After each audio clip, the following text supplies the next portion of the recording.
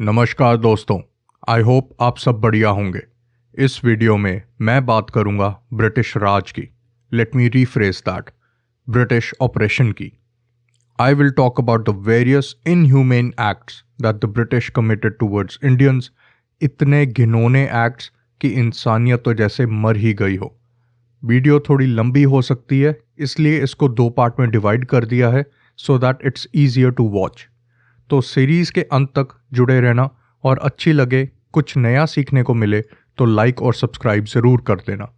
लेकिन उससे पहले आई वुड लाइक टू पे ट्रिब्यूट, और मैं अपना सर झुकाना चाहूँगा टू आवर ग्रेट मार्टर्स जो आज़ादी के लिए शहीद हुए हैं, जैसे बाल गंगाधर तिलक, डॉक्टर लाल बहादुर शास्त्री, भगत सिंह, उधम सिंह, सुखदेव, राजगुरु, सरदार वल्लभ भाई पटेल, चंद्रशेखर आज़ाद, रानी लक्ष्मीबाई, सरोजिनी नायडू, डॉक्टर अंबेडकर और ना जाने कितने। सबके नाम लेना पॉसिबल नहीं है, और कईयों के नाम तो इतिहास के पन्नों से कहीं खो भी गए होंगे।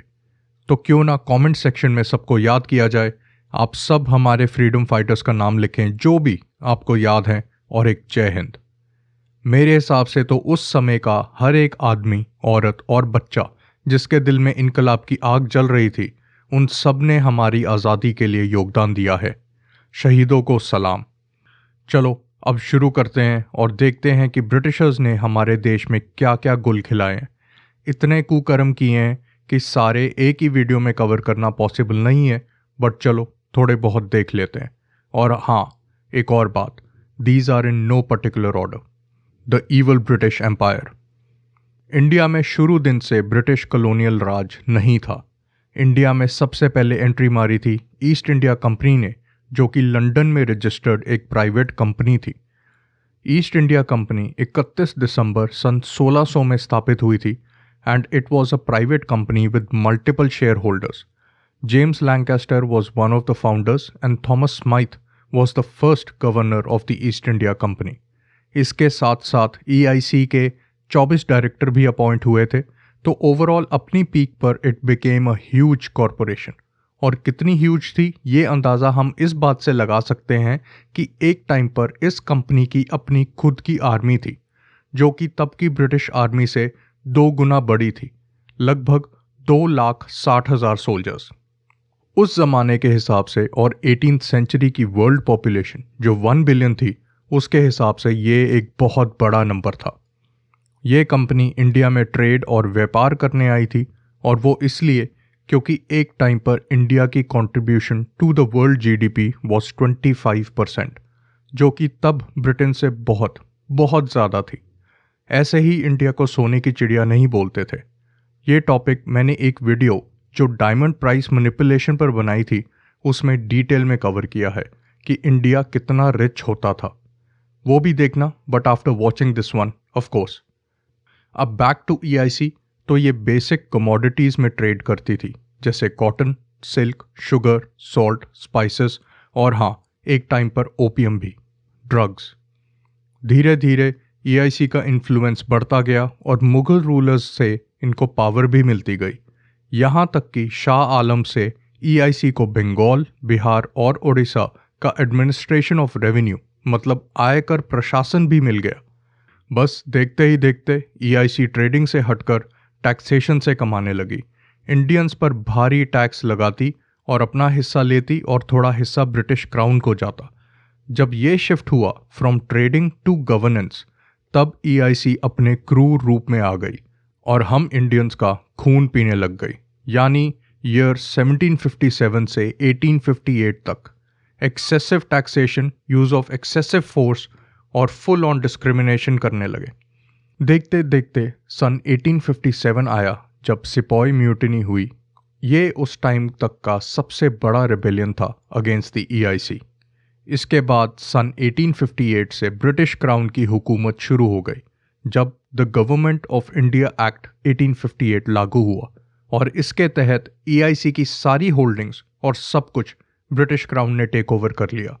तो 1858 से 1947 तक ब्रिटिश क्राउन ने इंडिया को कॉलोनाइज किया था। हमारा खून ब्रिटिशर्स ने लगभग 1757 से 1947 तक पिया, लगभग 200 साल। अब हम आगे देखते हैं कि इस टाइम में इंडिया और इंडियंस पर क्या जुल्म हुए। The Bengal famine. वो कहते हैं ना, जब कोई बच्चा भूखा सोता है तो उसकी माँ का दिल रोता है। ये बात है 1943 की। World war 2 was at full swing. Singapore और बर्मा, जो अब म्यांमार के नाम से जाना जाता है, इन दोनों देशों से इंडिया में उस टाइम पर राइस का इंपोर्ट खूब होता था। But in 1942 the Japanese seized control of both of these countries, and as a result, rice exports to India were halted. इस कारण 1942 में बंगाल के लोगों को रिजर्व फूड स्टॉक्स यूज़ करने पड़े और ऐसा करने पर फूड बफर कम हो गया और यहाँ तक कि जो ग्रेन्स बीजने के लिए रखी थी उन्हें भी यूज़ करना पड़ा। लेकिन 1943 में जो फसल हुई थी that was enough to feed the people of Bengal. लेकिन ऐसा नहीं हुआ। ब्रिटिश हुकूमत ने उस टाइम जंग की कंडीशंस की वजह से काफ़ी ऐसे स्टेप्स लिए जिसकी वजह से आम जनता तक अनाज नहीं पहुंचा और इसके कारण 3 मिलियन, इंग्लिश में नंबर छोटा लग रहा है ना, हिंदी में ये हुआ 30 लाख भारतीयों ने भूखमरी के कारण अपना दम तोड़ दिया। वॉर कंडीशंस में बंगाल के इलाके में सारी बोट्स को फिशिंग करने से भी रोक दिया था, इस डर से कि कहीं विरोधी फोर्स इनकी आड़ में अटैक ना कर दे। इसकी वजह से जो मछुआरे थे वो मछली नहीं पकड़ पाए, जिसके कारण उनकी रोजी रोटी बंद हुई। अनाज की कमी थी और अब फिशिंग भी बंद, जिसके कारण खाने की और कमाने की और भी ज़्यादा कमी हो गई। तो आम जनता के पास ना पैसा और ना अनाज। और तो और Winston Churchill, who was then the PM of England, उसने सारे फूड रिजर्व्स को स्टॉकपाइल कर दिया for the defending British army, या फिर उसे डाइवर्ट कर दिया to the Middle East and Greece. Winston Churchill को इस फैमिन और भारतीयों की जान से कोई मतलब नहीं था। इंडिया से काफ़ी ऑफिशियल चिट्ठियाँ और फरमान भी भेजे गए to tell mister Churchill about the famine, but उनके कान पर जूं तक नहीं रेंगी। यहाँ तक कि उसने ये भी बोला, I hate Indians, they are a beastly people with a beastly religion. And famine ke time he said that it's the fault of Indians because they breed like rabbits. Professor Rafiqul Islam was 10 years old and living in Dhaka when the famine hit Bengal. The tragedy the Bengalis have suffered in 1943, the common people, it's one of the greatest human tragedies of world history. But there was no food, no shelter. So their shelter was only near the dustbins, where they had to fight the dogs and cats to have some food. It was not a natural disaster, I tell you. It was a man-made disaster. No food was available in the rural areas at all. And nobody gave a damn to it. Arang Mohandas, a relief worker, situated on the river Haldi. There I saw nearly 500 destitutes of both sexes, almost naked and reduced to bare skeletons. Some of them were begging for food, some lying by the wayside approaching death, hardly with any more energy to breathe. And actually I had the misfortune of seeing 8 peoples breathe their last before my eyes. It shocked me to the bottom of my heart. We went wherever food was distributed. I saw many things. People ate grass, snakes. I lost 2 sisters and a brother. Throughout 1943, India was still exporting food to Britain and its troops. It's generally agreed that the Bengal famine of 1943 was a result of poor policy and callousness. How could I describe the misery, the human tragedy, what I have seen while I was so young? Why man should suffer like that? And why the fellow human being should be so cruel not to help them? Indentured laborers. आपने slave labour या slave trade के बारे में तो सुना ही होगा। Slave labour या दास श्रम या फिर गुलाम वो होता है जब किसी इंसान से कोई काम या मजदूरी करवा रहे हों बिना उसकी रजामंदी के या बिना उसे प्रॉपर रिवॉर्ड दिए।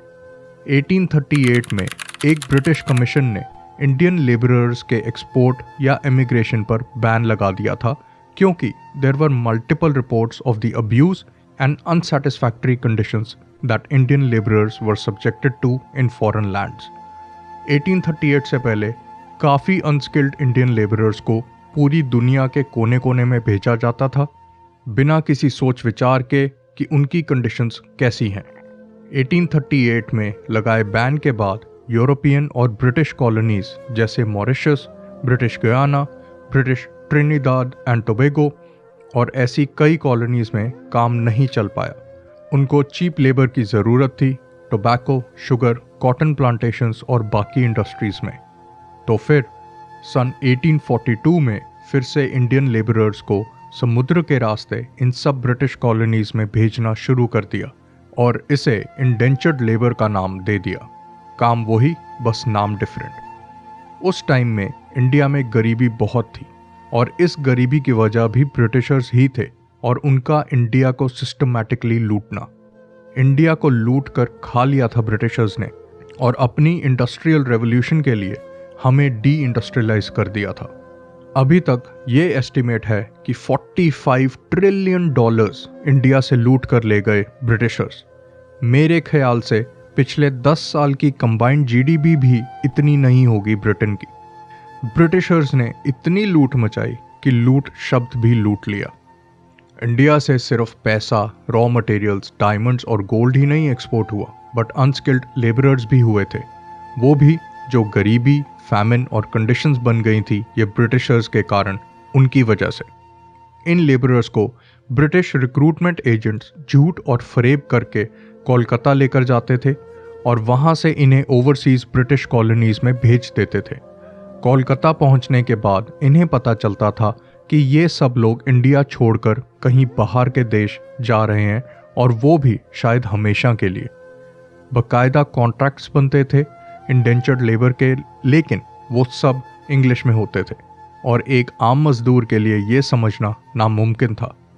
उसे और उसकी फैमिली को तो बस ये लगता था कि हम अपनी गरीबी मिटा पाएंगे काम करके और अच्छी तनख्वाह मिलेगी। इन सब लेबरर्स के रिकॉर्ड्स हैं जो मेंटेन किए हुए हैं in various museums and national archives. Ships में रहने की कंडीशंस जानवरों से भी बदतर थी। Frequent disease outbreaks like cholera, dysentery और स्कर्वी, मोर्टालिटी रेट भी बहुत था। कई मजदूर तो बेचारे ट्रैवल के दौरान ही मर जाते थे। शिप्स में इतने कंजेस्टेड तरीके से रहते थे कि मानो सांस लेना भी मुश्किल हो जाता था। ऊपर से नेचुरल बॉडी फंक्शंस और वेस्ट के लिए कोई प्रॉपर जगह नहीं होती थी। तो आप सोच ही सकते हैं कि उस सी वॉयज के दौरान जो आराम से 3 से 5 महीनों की होती थी, ये सब इंडियन लेबरर्स और उनकी फैमिलीज कैसे रहती होंगी। बीवी, बच्चे, बड़े बुजुर्ग सब ऐसे ही रहते थे और इसके कारण मल्टीपल लोग जर्नी के दौरान ही मर जाते थे। जो लेबर कॉन्ट्रैक्ट साइन किए थे वो यूजुअली 5 साल के होते थे और उन 5 सालों में तनख्वाह सेम रहती थी, लिविंग कंडीशन सेम रहती थी और तो और पराए देश में रहने के चैलेंजेस। और फिर रिटर्न पैसेज लेने में भी मुश्किल आती थी, यानी इंडिया वापस जाने के लिए बहुत पापड़ बेलने पड़ते थे। पहली बात तो रिटर्न पैसेज देते ही नहीं थे, लेबर कॉन्ट्रैक्ट बढ़ाने की कोशिश करते थे, थोड़ी सी पे बढ़ा देते थे ताकि लेबरर वापस इंडिया जाने की बजाय फिर से 5 साल की मजदूरी कर ले। इससे लोगों को ट्रांसपोर्ट करने का खर्च भी बच जाता था। ऐसे एक्सप्लॉइट किया हमारे लोगों को। इस पार्ट के लिए इतना ही। वीडियो ज़्यादा लंबी ना हो जाए इसलिए ये पार्ट 1 था। ब्रिटिश कॉलोनियल राज के बारे में आप क्या सोचते हैं मुझे कमेंट्स में बताना। पार्ट 2 के लिए, और अगर आपको इस वीडियो से कुछ सीखने को मिला और कुछ वैल्यू ऐड हुआ तो सब्सक्राइब ज़रूर करना, बिल्कुल फ्री है। और इस वीडियो को लाइक और शेयर भी करना ताकि हमें हमारा इतिहास और स्ट्रगल हमेशा याद रहे। मैं आपसे मिलूंगा अगली वीडियो में पार्ट 2 में। तब तक के लिए जय हिंद, स्टे ऑसम और बाय बाय।